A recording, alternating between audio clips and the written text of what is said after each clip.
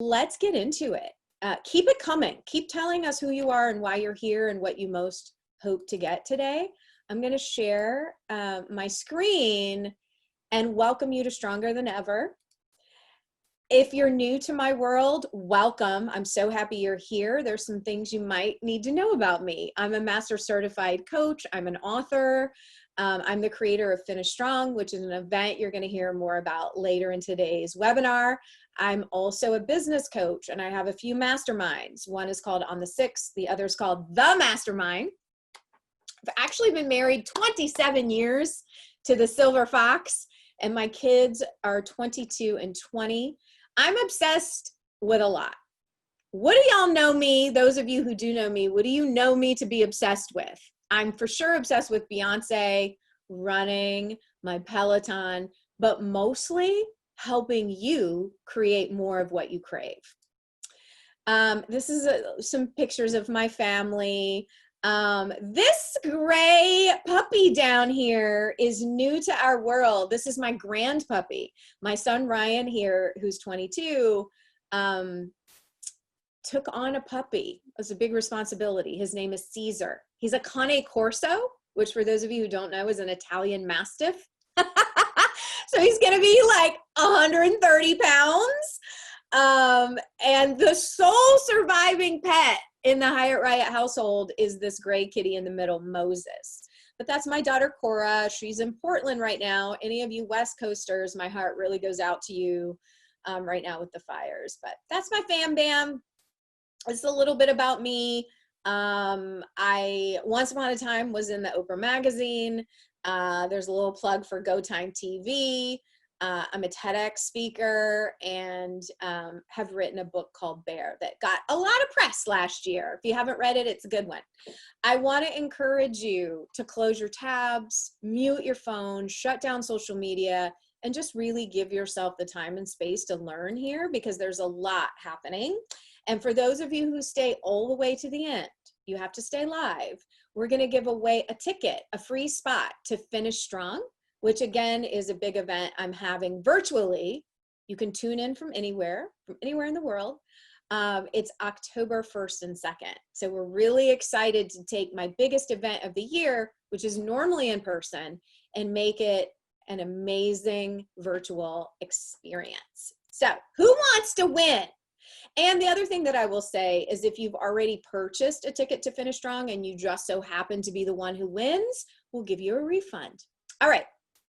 So my highest intention for today's training is to help you identify what's not working and let that shit go. Okay.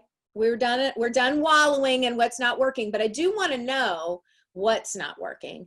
And I want to help you identify and laser focus on finishing the rest of 2020 on a strong note, because what we've been through this year, we're stronger than ever, and we're going to rock out this fourth quarter. And you may be here feeling overwhelmed. What I'm hearing more than anything from my audience is that feeling of overwhelm, and I would like to help alleviate some of that. So I'm just going to stop my screen share for a moment so I can check out the chat and see what's happening. Oh, hi, Erica. What's happening in your world? Are you feeling overwhelmed? Because there's a lot happening, let's face it, politically. We have an election upon us, which means the worst of the worst is being posted on social media, and the worst of the worst campaign ads are happening. And I mentioned my daughter being in Portland as if the pandemic wasn't enough. Now part of the world is on fire. And so business owners are feeling very overwhelmed about COVID, very overwhelmed about what's happening in the world and how to do business in this current time. I feel like I have spent all of 2020 from maybe like March 1st until now, helping people rally and pivot and do the damn thing. And I'm committed that all of that momentum that we built so far, all the things that we've been through has given us the right amount of momentum to like really soar and just slay Q4. What do you guys think? Janelle says, my industry in California is looking at January to open up again, which is hard. Right, Leah, overwhelmed because teaching your kids at home on top of what you're already doing, right? I left that little bit out. My kids are 22 and 20, and they don't live with me anymore, but many of you are homeschooling. There's civil unrest. There's just the regular stressors of running a business. It can feel overwhelming. And typically when I'm teaching this webinar at this time of the year, people's productivity is already taking a nosedive as we enter Q4, because it's like as soon as that first pumpkin spice latte goes in your hand, by the way, it's not technically fall yet. Fall's my favorite season, but right, y'all start sipping on those pumpkin spice lattes and your productivity starts to take a nosedive. Many of you are mad. You mad about your income this year, right? Like Janelle said, her particular industry has some pretty serious COVID-based requirements that aren't allowing estheticians to touch you, particularly in places like California. So you might be pretty pissed about the money you're not making in 2020 yet. And you know what? You may be somebody that like, and if this is you, it would be most people, you tend to start to slack off around the holidays. Now, here we are in September, right? I'm wanting to get ahead of this for you. So pretty soon it'll be Halloween and then Thanksgiving and then the whole holiday season, Christmas, New Year's, and most people start to slack off. We've all experienced setbacks in 2020. I don't know a single person who hasn't felt in some way like what's going on in 2020 has been a setback. And other people, I'm going to talk about a success story, have had serious setbacks, but have still been able to pivot and thrive. And you might be here because you feel depleted and need more energy. One of the biggest things I hear from people right now is like, I just feel more tired than usual. I feel, and I know this is for sure me, I get irritated more easily.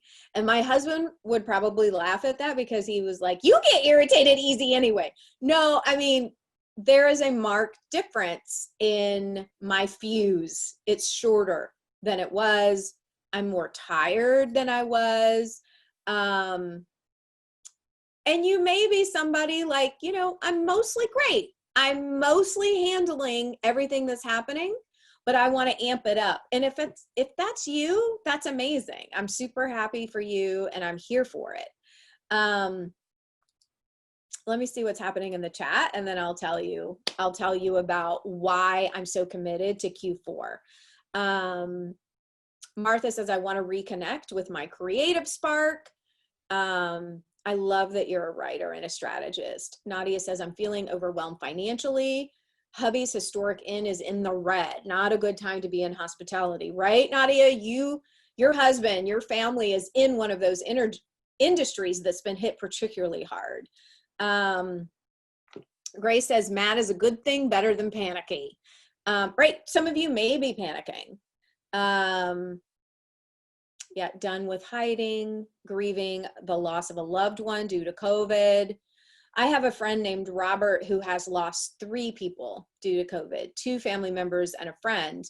And right, like there are some of you that live in communities that maybe haven't experienced the effects of COVID. Where I live in Southern Indiana, we've certainly had COVID, but not to the level of course, New York City or some other areas. Nadia, yes. If you're the breadwinner now, let's go. All right. So I'll share the slide and then talk about this. So we can all love on former Susan. This picture was probably taken 17 years ago. Yeah, 17 years ago, this picture was taken when I was in residential real estate. And the reason I like to show this photo, first of all, this is where I first learned to finish strong, and I'll tell you why, but it's also like, wow. The energetic difference in how I show up today versus then is pretty profound. And you can see that in this photo for sure. But one of the things that that has happened for me even then, when that photo was taken, is that my highest earning quarter is always the fourth quarter as a life coach, and it certainly was as a real estate agent. So here's the story, and those of you who have been around have maybe heard me reference this before. If any of you have ever worked in real estate or know a realtor, the holiday season tends to be a time when realtors are like, hey, nobody's buying houses during the holidays. Nobody's listing and selling during the holidays. Sort of true. Oh, hi, Ruby. 2 times in a row with me today. I'm so glad you're showing up for all of it. Think about it. I mean, most people, if you've ever had a home for sale, you don't want people scheduling showings and going in and out during the holiday season. Most people are really focusing on the holidays, their families, all the extra commitments and obligations that people have during the holiday season. So people aren't wrong necessarily to make the assumption that people aren't doing business during the holidays. However, what I noticed as a new realtor, because I was hungry for business, was that back then, like, I didn't have a choice. I saw other realtors really just like phoning it in, rolling up the sidewalk on their businesses in the fourth quarter, and basically having the attitude like, I'll hit it hard in the new year. And I started hosting I would be the one hosting their homes open on the Sundays. I was the one running ads. I was the one amping up my efforts in the fourth quarter. And guess what I noticed? Sure, there were fewer people out looking at houses during the holidays, and there was less inventory during the holidays to sell. But the people who were buying and selling were serious. They were serious buyers and sellers. And I ate it up. I was available. I was selling the shit out of Evansville real estate during the holiday season. And it taught me a big lesson. I carried that finish strong attitude. I'm like, y'all go ahead and go to sleep, because I'm going to be doing all this buying and selling. And I carried that into my personal development company, because entrepreneurs, life coaches, it doesn't matter what kind of business you have, unless you're retail, which retailers love the fourth quarter, right? That's when most businesses, if you're in retail, go from in debt to flush with cash, being able to pay your bills. They seriously count on Q4 in the holiday season to make bank. So I carried that attitude into my personal development company and noticed the same thing happening. And you may have noticed this about yourself, like, oh, I'm tired. People are tired. They're like, it's just time to chill. Now, I'm already somebody who teaches having a life that comes first, and then doing business from a place of tremendous self-care. So I'm not saying sacrifice your self-care or sacrifice family time. I'm just saying, like, don't roll up the sidewalk. There's a lot of business that can be done. And so since then, Q4 is always history. And every year since I've been in business, my accountant knows Q4 is when I just like kick it into high gear and sell and be of service and offer fresh approaches. And so you can too. And we're going to talk about how to do that. All right. What do y'all think about that? Y'all ready for some of that? All right. So highest earning, what if Q4 was your highest earning quarter of the year? Now, some of you may be saying that won't be hard because I haven't done much business this year. I get it, right? But what do you think? What do you think? So we would love to hear in the chat, and make sure that when you type in your answer, you change it from just communicating to panelists, which would be me and Mallory, who's my right hand here today, my wing woman. Change it to panelists and attendees so everybody can read your brilliance. But what do you most want here in Q4? And then I want to know what's gone well for you. I painted kind of a bleak picture of the state of the world right now. But have things gone well? Things have gone really well for us here at Susan Hyatt Inc. in many ways. So I'd love to know. Erica, I'm so proud of you. She's had a record month in August. I knew you could do it. She's one of my on the 6 masterminders. Candace says, I want to blow the socks off Q4, my minimum requirement 7K, but I want to really feel the fire of my business. Okay. Nadia says 30 women enrolled in Chakra Chicks. I love the name. Leah says, I want to get organized and make some really clear goals that are stretch. Okay, awesome. Hi, Christine in Santa Cruz, California. Aw, thank you. Jen wants her brick and mortar store thriving. Oh, you had a record month in August. Awesome, Jen. What kind of store is it? All right, Laura wants to leave her part-time job and coach full-time.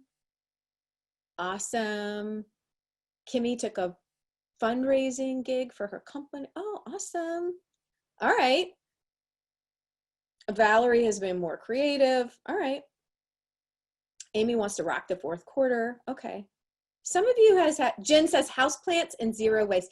You know what? There have been some real gifts in 2020 for me. One of them for sure is my backyard. I was somebody who considered herself somebody with a black thumb.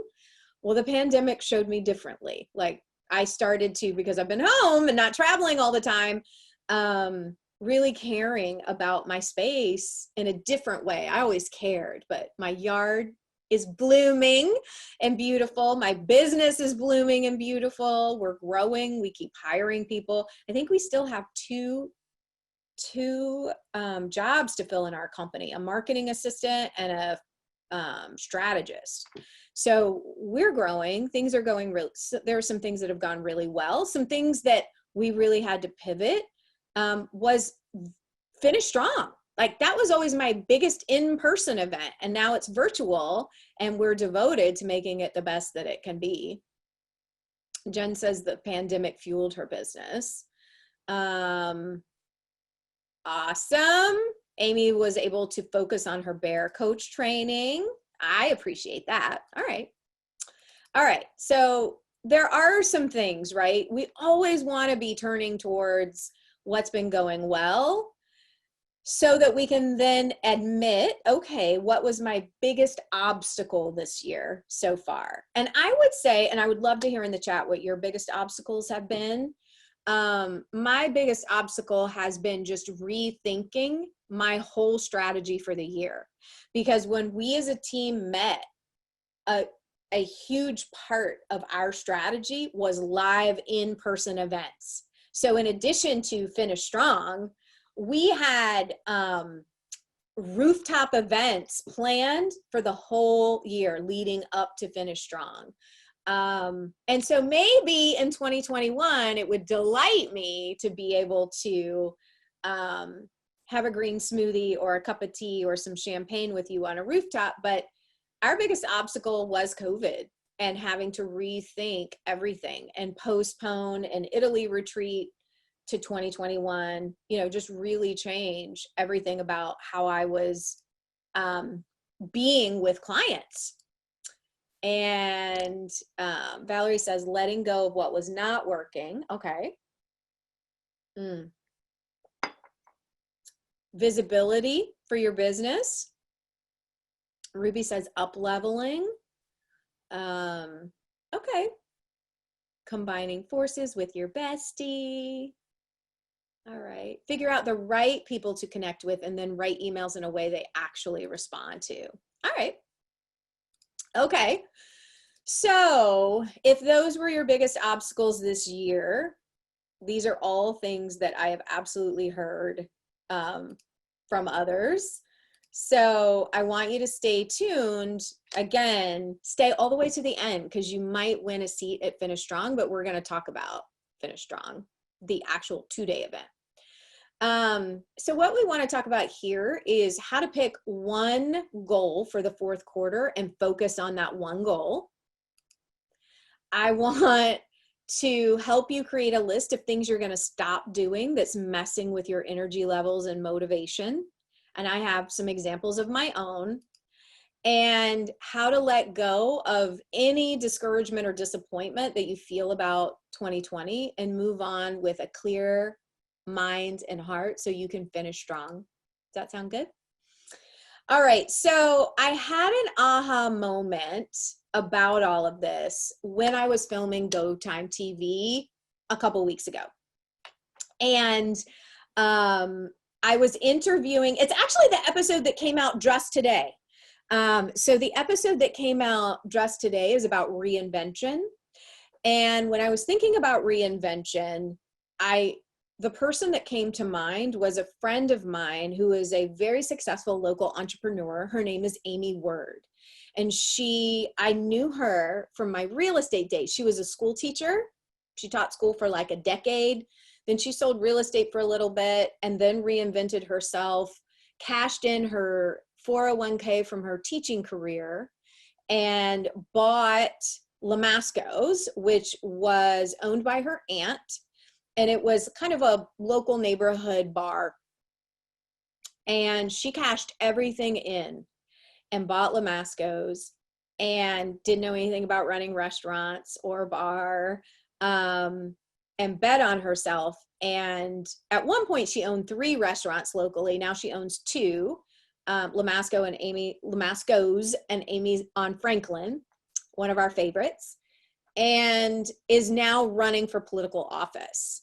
And my aha moment in interviewing her and really thinking about the state of the world in 2020, I'm so glad you're all here, because I really believe that the world, politics, the economy is going to be saved by entrepreneurial women.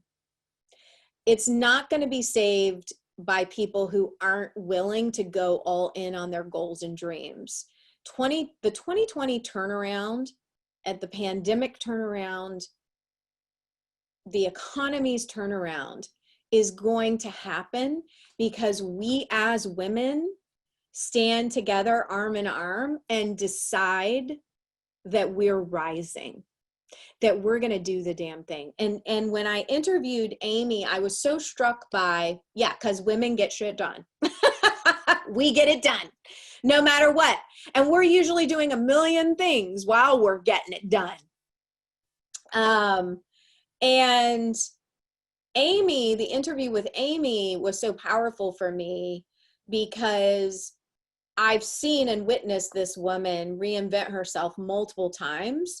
And her personal story is really compelling too, not just her business story. Truly a phoenix rising from the ashes. And I thought, she talks about how when the pandemic hit, all her eggs are in these restaurant baskets, right? And the pandemic hits and she shut down.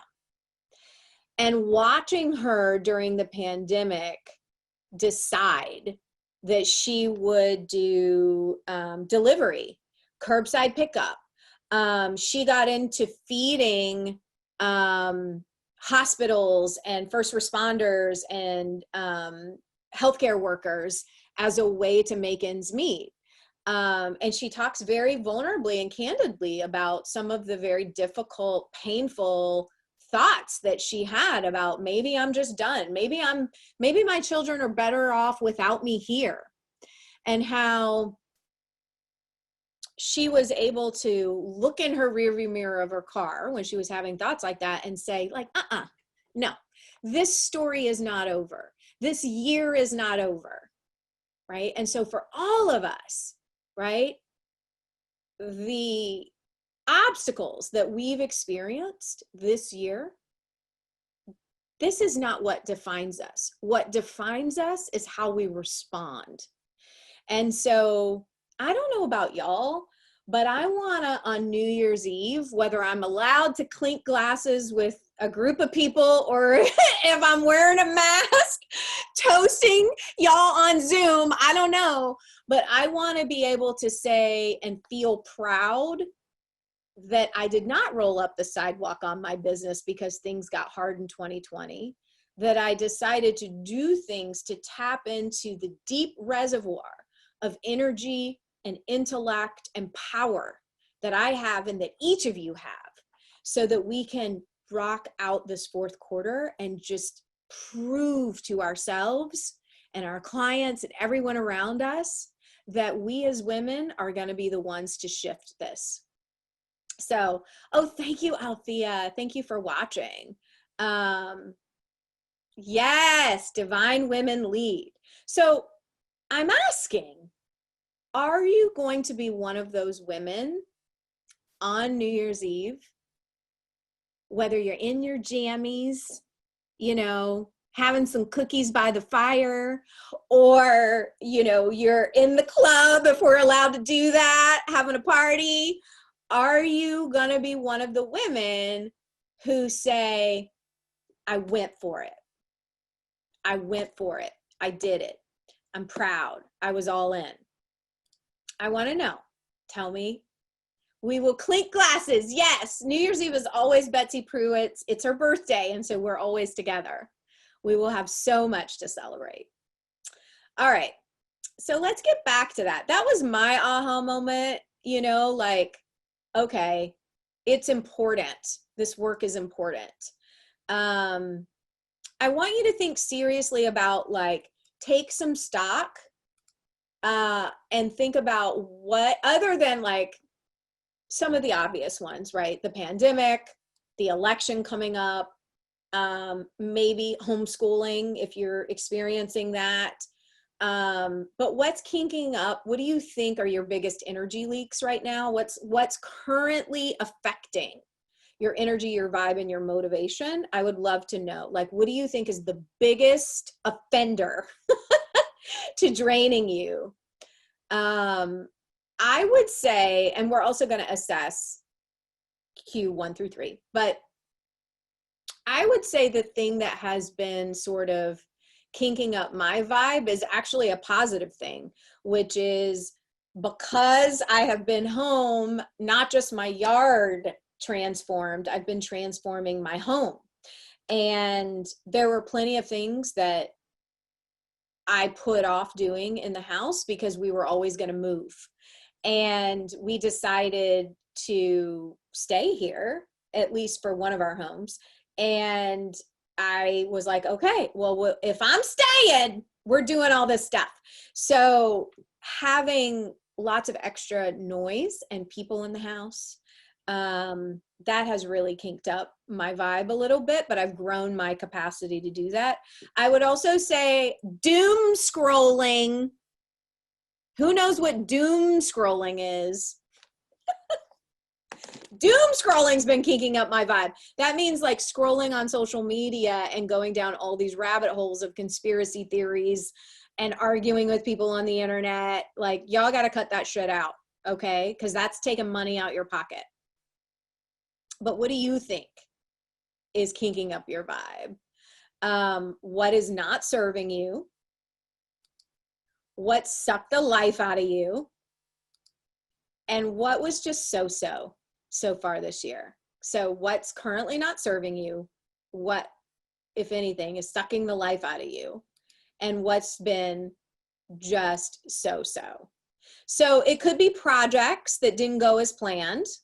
You know, maybe you launched something and it was like crickets and a resounding thud. I'll talk about that in a minute. I'm going to stop the screen share and charge my mouse a little bit. By the way, do any of you have this mouse? It is such a design flaw that you have to charge it on the bottom. Like, why is this happening? Why is this a thing? Oh my God. Okay, let me see what y'all are saying, and then I'll plug my mouse back in. I find myself saying, I can't believe so much. Yeah, constant outrage, spending too much time helping others, how people close to you are surprising you about mindset. Oh, Mallory's. Right? Like what is happening that you notice? I have been much better about doom scrolling. I have been much better about just not arguing with people on the internet. I had someone in class yesterday, and we were talking about launching her company, and she was not putting herself out there as much as she normally would, because she's here right now, because she was worried about the judgment from other people or people arguing with her. And I was like, well, who says you have to argue? Like if they say something you don't like. And one of the things that has happened lately that I've noticed for myself is, because I'm unwilling to give oxygen to drama, and I'm unwilling to argue with strangers on the internet or people I know, that this woman, I put a meme up on my page where I used the F-bomb. And this woman was like, so crude. This just discredits you. Why do you have to talk like that? And I was like, I guess I'm a nasty woman, and just kept going, right? I don't have time to give oxygen right now with the world, with the state that it's in. I don't have time to give oxygen to anything that's not going to be in service to y'all or my family. So that may be something that you notice, that you definitely want to stop doom scrolling, stop arguing with strangers. Valerie says, hesitation has been one of my kinks. People are surprising me with their mindset shifts, spreading my wing. Okay, cool. Thank you. Yeah, too much judgment going on. I mean, human beings judge, but it's just sort of like, I now am like, if I spend this 5, 10, 15 minutes arguing with this person, I could have sent a sales video out. I could have helped somebody for real. So I'm just not available for it. Which leads me to something else we're going to talk about. First, I want to talk about killing your darlings. But what I was just mentioning, like, what are you going to stop doing? Chuck it in the fuck it bucket. Which one of my former clients came up with, fuck it bucket, and I loved. But you want to think about, what are you going to stop doing? Right? What's in direct opposition to what you say you want to create in Q4? So if I say that I want to be a lighthouse and offer women solutions to making money and creating businesses that work, what's in direct opposition with that is wasting time fucking around with people who want to argue online, right? But I do want to talk about killing your darlings. And this is a writing term. So how many of you are writers and know what it means to kill your darlings? It sounds so dramatic. I basically learned this when I decided that I wanted to start writing a book. And it is difficult to do. Hi, Renee. Killing your darlings is, so for Q4, you may have some great goals. You may have some great financial goals. You may have some great creative goals, whatever it is. I'm going to challenge you to pick one and focus on it. And in an effort to pick one and focus on it, oh, yay, Christine is a published writer. She's well acquainted with it. It's a writing term. It basically means, like, you may write pages of beautiful words, and there may be a headline, a paragraph, an entire chapter that you love, but you must kill it, meaning delete it, get rid of it, because it hurts the overall book. It hurts the overall piece of writing. And so it's an editing tool. It's like, hey, you might have to get rid of some pretty amazing words in order for the whole thing to work. And with business, it's the same thing. Particularly if we're going to focus on one thing in Q4, I want you to really think about, okay, I've got all these wonderful things that could demand my attention. But if I want to be focused on one thing and rock that one thing, I'm going to have to kill some darlings, which could be temporary, right? You could say like, I'll focus on you, amazing project, in Q1, but I'm just going to be pretty focused here in Q4 and kill that darling for now. All right. Oh, right. I am so crude discrediting myself with the fuck it bucket. With that lady, there were so many things I could have said, like, you must be new here, because I think the F-bomb is a brilliant thing to say. I want to know what y'all are stopping doing to make room for your success and greatness. So we're going to hyper focus on one goal. By the way, this jean jumpsuit gives me life. I'm going to Scott Hyatt's race at Road America later today. I'm hopping on a plane to go do that. And I'm going to wear my jean jumper to look like, you know, I work in a garage or something, you know. But you may have trouble focusing on which one. Like, which thing are you going to focus on? That's what I hear a lot from people. So I'm going to help you out a little bit with choosing which one. Here's some criteria that can help you. So you want to pick something that helps you play to your edge, meaning something that's going to pull you out of your comfort zone a little bit. Playing to your edge is different for everybody, right? And so I don't want any comparing and despairing going on. What is edgy for some of us is easy for some of us, and vice versa. So I want you to think about, of all the projects you have, what's the one that's going to cause you to grow the most, is essentially what that means. And then once you choose, you must be all in, or this is not going to work. Right? No half-assing it. We want your whole ass in. And so here's the qualities of being all in. Here's what I mean by that. Your mindset. You've decided that you are ride or die on this project. Okay? Ride or die. Like, no matter what. Your actions are centered around that one goal. Right? So you've claimed it.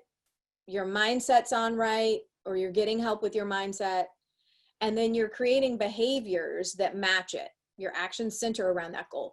If you struggle in this way, you seek out info and support, right? So for me personally, we are very busy behind the scenes creating a new life coach training university. And I had to seek out a lot of info and support to pull that off, right? And it's a Q4 goal of mine. Q4 goal, we have diversity and inclusion specialists, we have curriculum specialists, we have a whole team of people working on this goal to get this university launched, right? And I did the next one. I outed myself. I have started publicly mentioning it, right? There's a layer of accountability that happens when you tell other people what you're working on. So be willing to out yourself on it if you can. I get that there's some projects you have to keep, like, inevitably every time I teach that concept, so there's somebody in the group that's like, well, I'm working on a patent, and if I tell people I'm going to mess up my patent, I'm like, okay, you get a pass, but unless you're working on a patent, shut your face, out yourself. And you also have to be willing to look stupid, right? I could fall flat on my face with this university and look like a fool. I'm willing to do that. I'm not gonna, but I'm willing to do it. And the other quality of being all in is that you're sick of not going for it. You're really sick of your shit. You're tired of waiting and not doing your thing.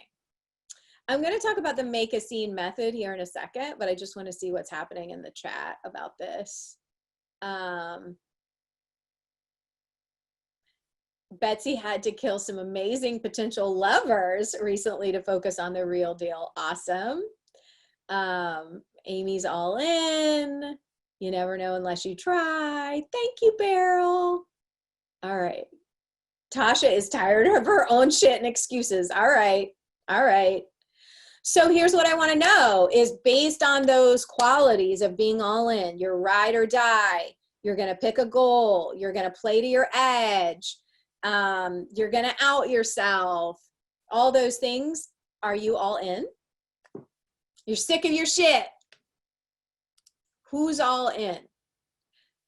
All right, Betsy's all in. Awesome. Hi, Steph. All right. Good deal. Good deal. All right. So the make a scene method is pretty simple. It's basically using your voice. I didn't realize, by the way, I see up there in this graphic image, the little rock that says, fuck that. I was laughing about this woman that was so offended in my choice of an F-bomb because I was like, I literally use that word so much that I forget that people have a hard time with it sometimes. And as you can tell, there are curse words like throughout the slide deck. So salty language required. Using your voice and then deciding, okay, this is my message. I'm going to move that message using some kind of marketing vehicle, right? I'm going to use social media. I'm going to use email marketing. I'm going to do paid ads. I'm going to do organic stuff, like whatever it might be. You need a vehicle to move this message, and you've got to create and try that. And also be willing to celebrate your victory. I can't tell you how often I work with entrepreneurs who are literally unwilling to acknowledge what they've done. You know, like you have to stop and pause and celebrate what you've accomplished or tried, even if you don't accomplish the thing, right? Even if I do all this work and the school doesn't launch, of course the university will launch, but like I will have to celebrate the fact that I was all in and tried. And then the last piece of this is, which can be a challenge in 2020, is something I talk about a lot, which is staying in the miracle. Which staying in the miracle is really, I always talk about my grandma when I talk about this, because I want you all to think about your ancestors, right? And I don't have to go very far back at all to think about my grandma, who she maybe had a 5th grade education. She took care of all her younger siblings because she had a mother that was very ill. And she went from being a caretaker in her mother's house to marrying my grandfather and having children and being a homemaker, having a garden. You know, she was basically a caretaker her entire life until she got older, until those kids moved out. And then she was like, I'm retired from everything. I'm just now queen, so treat me as such. But I think about, I was the youngest grandchild, and she used to say to me things like, Susan, if you love what you do, you'll never work a day in your life. And she never worked. I mean, she never actually had a paying job. So when I think about it, I think about some of the things she said to me. My siblings are like, she never said that to me. But there were certain things she said to me about getting your education and doing your own thing, and no one can ever take that from you. And I think about how, of course, I do believe she's with me and does witness from beyond what's happening. But think about your grandmothers and your great grandmothers and prior to that, and the miracle of the internet, that we are able over Zoom to talk about growing our businesses in Q4, having conversations about making more money and claiming our power and disrupting the patriarchy and all those things, like my grandmother would be gobsmacked. She would be floored, right? The internet's a miracle. Zoom is a miracle. Being able to operate my business out of this bedroom right now is a miracle. And I want you, even though I'm challenging you and inviting you to, even though 2020 has been a shit show in many ways, it's all a miracle, right? And when we start looking at the opportunity that we have before us in Q4 as a miracle, that can change, right, how you move forward and participate in an all-in way, right? So if I'm thinking everything's terrible, just hit me up in 2021, y'all. That's a completely different vibe, and I'm unwilling to have that be my attitude than being like, you know what? Q4 is mine. This is all a miracle. I'm going to make it a miracle. I see lots of chitter chatter happening. Right.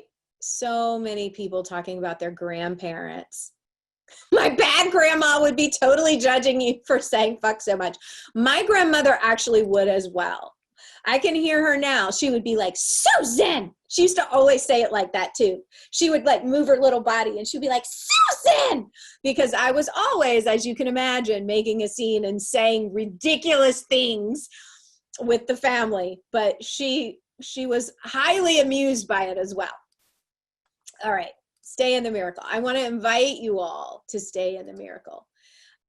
Okay, so if you want to make sure that you reach your 2020 goals, then we have the top digital program to help you create and sell your offer online. It's called In Demand, Make Sales Inevitable. And it's honestly, I think, the most robust and comprehensive online learning experience that's available. We have videos and worksheets and downloads. We explain the behind the scenes of so many things that seem mysterious to most people trying to do business online. We share exactly how to create offers that sell and how to build a powerful communication plan and convert browsers into buyers. So as a professional coach, consultant, or service provider, you really want to, number one, change people's lives, and number two, make a great living. Most of us are really gifted at number one, but number two can feel tricky and discouraging and stressful. So we understand, obviously, how overwhelming it can feel to put together your offers and your communication and sales plans. And so that's why we created In Demand, to walk you through our successful process step by step. So you never have to worry, like, where are these clients going to come from? And make sales inevitable. So you can watch videos and ask questions from anywhere in the world. You can watch Anamika, my COO, share the exact strategies, the campaigns, the tools, and the templates that have built our multi-million-dollar company coaching business.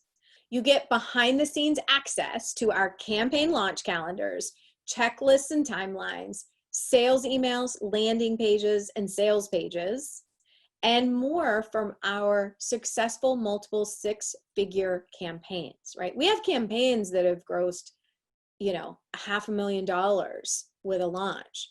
So we walk you through not only how to build a list, but how to convert browsers into buyers, and we share everything that's currently working. It's very up to date.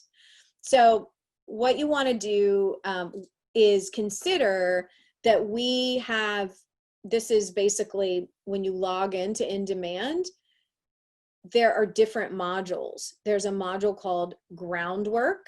And then within that module, you can see we've got systems, we've got self-care's business plan.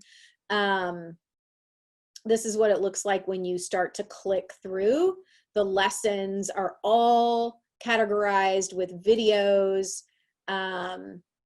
There's Anamika, there's lesson materials. This is what it looks like in terms of, you know, professionally designed worksheets that you can download. And we also have a module called Fill It, which is like how to get cheeks in the seats and then deliver it. So expert training on how to create video content for your online courses and marketing. We also have a brand new edition. So we started selling in demand, I don't know, maybe 6 months ago. And now we have a new addition to it called the email class. So the email class has 67 email templates for every situation. There's also a newsletter writing class and more. So there's no rush to complete the program. After purchasing, all the materials are yours to keep forever. And then there's, of course, a bonus. And the bonus right now, it's normally $19.97. We're offering 50% off. So if you join now, you can join for $9.97, but you must sign up within the next 10 days. So people often want to know, like, all right, well, what's it like working with Susan? Jessica Miller had a 25K week. Brenda Lamelli had the biggest single day in history of her business while after working with us. So here's how to enroll. Again, you're going to see when you click on the URL, a page that looks like this.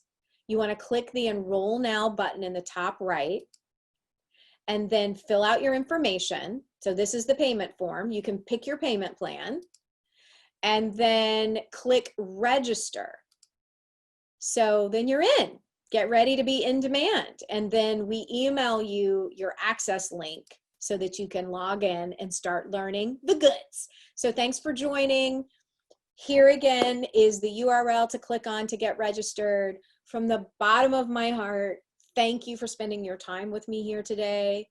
I take it very seriously. I know your time is precious. Let's work together in demand.